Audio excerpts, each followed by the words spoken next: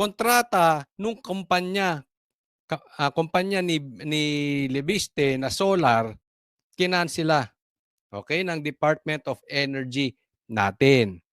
Ito, isa sa sinasabi kong halimbawa kung bakit nagpapanik na po ang gobyerno at kung ano-ano ang kanilang pinagkagawa. Ito, style na po nila. Observe nyo po. Hindi po to isolated case. Hindi lang po ngayon to ginawa. Lagi nilang ginagawa ito. Tingnan ninyo ang style ng gobyerno pag sila nasasaktan. Kung ma-deliver ang commitment na halos 12,000 megawatts na power supply, kinansela ng Department of Energy ang mga kontrata para rito ng Solar Philippines Power Project Holdings. Kumpanyang itinatag ni Batangas 1st District Representative Leandro Leviste. Yan. So sa madaling salita, ito lang yan. Ganun kasimple po yan. Yung hindi ba nila alam? Hindi na nga siya sa kanya yan. Ibinenta niya na yan. Nagkakagulo-gulo sila. Di ba sinabi ni Boying, si Boying pa nga mismo ang pumuyok dyan. Sinabi binenta niya, bakit niya ibinenta? Tapos ngayon kakansilahin. Tapos ngayon kinansela, idinidikit sa pangalan ni Leviste. Bakit? Tuloy po natin. Leandro Leviste, ang kanselasyon, bahagi ng mas malawak na paglilinis daw ng DOE sa mga hindi natutupad na kontrata. Sa isang mensahe sa GMA Integrated News, sinabi ni Energy Secretary Sharon Garin na mga lehitimo at seryosong investors lamang ang gusto nila sa energy sector. Kaya kinansela nila ang mga kontratang aabot sa 17,000 megawatts ng renewable energy, kabilang ang sa Solar Philippines. Ayon kay Garin, ilang beses silang nagpadala ng show cause orders at iba pa, pero wala raw silang nakuhang tugon sa Solar Philippines. Yaon! So sa madaling salita, ito ay gusto nilang kanselahin yung kontrata. O di kanselahin nyo. Ako walang pakialam Hindi po sa pinagtatanggol natin si Leviste. Okay? Hindi ko rin sinasabing wala akong pakialam kay Leviste. Kaya lang ang stand po natin, pag mali, mali. Pag tama, tama. Ganun kasimple lang yon. Kay Coach Oli, pag mali, mali. Pag tama, tama. Kahit anong kulay mo, kahit pula ka, dilaw ka, etc. Kaya lang ang problema natin dito, halatang halata naman kayo. Biglang idinikit yung solar na naibenta na ni Leviste, ngayon naman kakansilahin. Di ba halatang halata? Maglalabas kasi si Leviste nung listahan ng mga magnanakaw. Yung mga naiwan sa files ni Cabral, bago siya di umano nagpakamatay, iniwan kay Leviste. Pasimplehin po natin. Ando doon po yung listahan ng mga nakinabang sa mga flood controls scandal.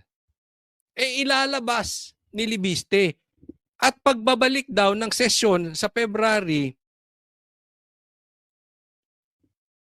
papakita niyan lahat-lahat kung sino yung mga involved dito. So ngayon, ang gobyerno, ginigipit siya. Yun lang po yan. Kasi ang simple-simple naman Kung si Bongbong Marcos ay tunay na naghahanap ng solusyon doon sa naganap na problema dito sa Ghost Project, sa flood control scandal, di dapat open. Natutuwa siya. Natutuwa siya kay Leviste. Dapat ganun din ang ombudsman. Kaya nga hindi ko maintindihan bakit nagpupuputok ang butchi nitong si Boying. Di ba? Ang tagal na niyan Ang tagal na niyang solar na yan. 2025 pa yan na ibenta. Ang tagal na rin yan nasa kanya. Bakit ngayon lang nagka-problema? Hindi ba familiar sa inyo? Yan yung sinasabi ko Yan ay gawain ng gobyerno. Pag nasaktan sila at mahuhuli yung katarantaduhan nila, gigipitin ka. Yung prime water, ganyan din ang ginawa sa bilyar eh. Naalala nyo? Yes, may problema talaga ang prime water.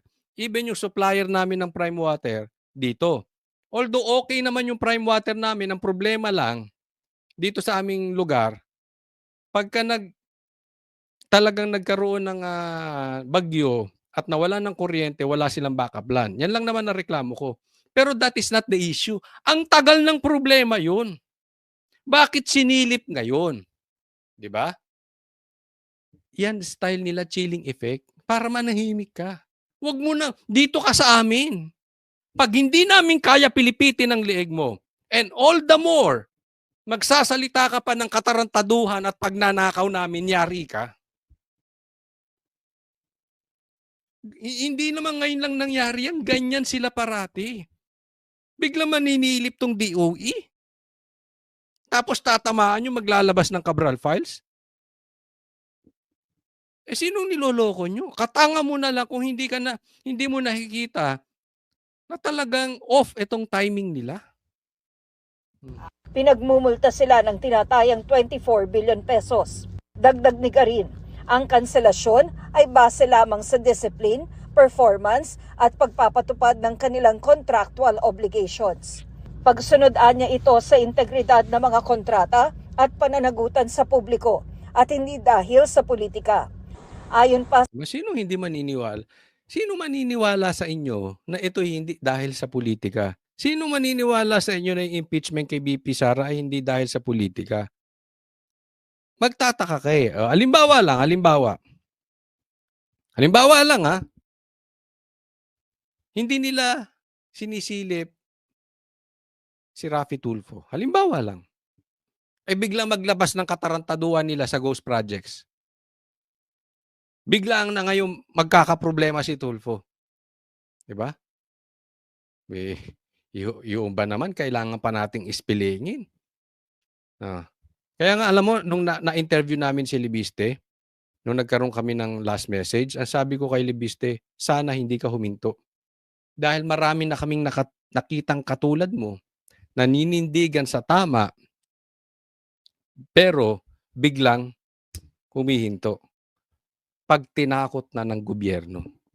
Ang problema, ang kaibahan lang netong si Libiste, sadyang mayaman na to eh. Kaya lang, ganun din naman ang bilyar. Pansin nyo, tumahimik. Mayaman din yun. So sabi ko, tingnan natin. Maganda yung ginagawa ni Libiste. Pero ang tanong, hanggang saan?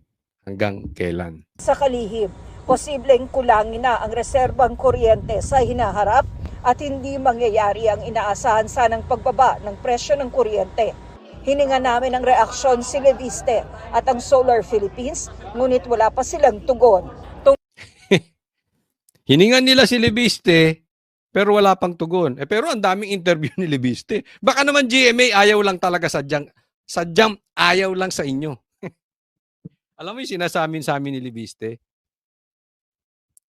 At tuloy-tuloy ko itong gagawin. Kailangan tayo magsalita. Kaya lang, sabi niya, kailangan namin kayo. Kasi mag-isa lang ako eh. Alam mo, makahulugan sa amin yun. Ano ibig sabihin? Ang dating sa akin noon, wala na siyang tiwala sa mainstream. Diba? Kaya, saan siya nagpapa-interview na eh. Diba? Kasi kailangan totoo niya ng katulong. Okay, hindi ko sinasabing GMA.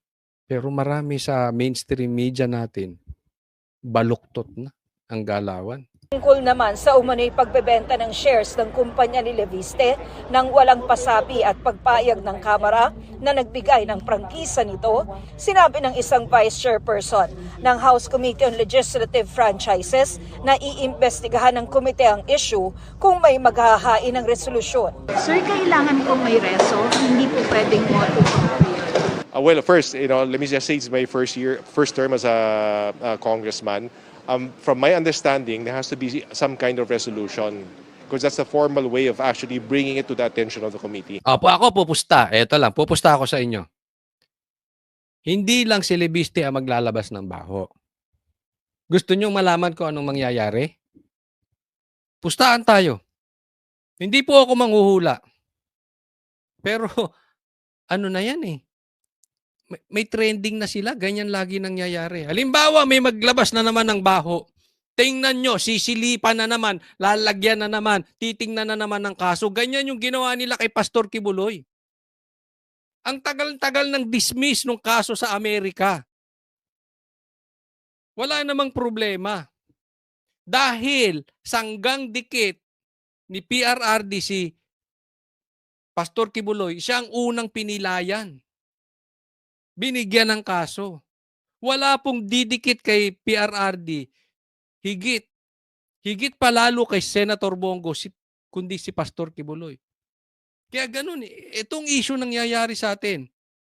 Tingnan nyo kung mali ako. Pag merong maglabas ulit, kaliwat kanan na naman may kaso, may issue na naman tanggal prangkisa, tanggal. Di ba ang SMNI tinanggalan din nila ng prangkisa? Eh bakit ang ABS-CBN tinanggalan din? Ni PRRD, yan ang sasabihin ng iba. Hindi, tanga kayo, mali. Bakit tinanggalan ng prangkisa ang ABS-CBN? Wala na talaga silang prangkisa, tuloy-tuloy pa rin. Naintindihan yung pagkakaiba? Bakit nakakatuloy habang wala? Hindi nakakabayad ng tax. Di umano. Kaya, wala talaga. Pina-stop ni PRRD. Ang SMNI po, meron. Sila lang nag-cancela. Kikita nyo difference? Ganyan po kagago gobyerno natin. Kamakailan, sinabi ng kongresista na magbibigay siya ng 2 linggo para sabihin na ng mga tao ang lahat tungkol sa kanya ito sasagutin sa pagbubukas ng Kongreso. Yari, dyan sila kinabahan. Dyan. So, binibigyan ng warning, ito si Libiste, huwag kang magsasalita sa January 26. Ito, hawak namin sa'yo, etong solar, etc., etc., etc. Magkakaroon. Tingnan natin ngayon hanggang saan ito si Libiste. Di ba? Pag ito nagpreno, sabi ko sa inyo, natakot to. Saldi ko, kita mo, preno na. Sa January 26. Para sa GMA Integrated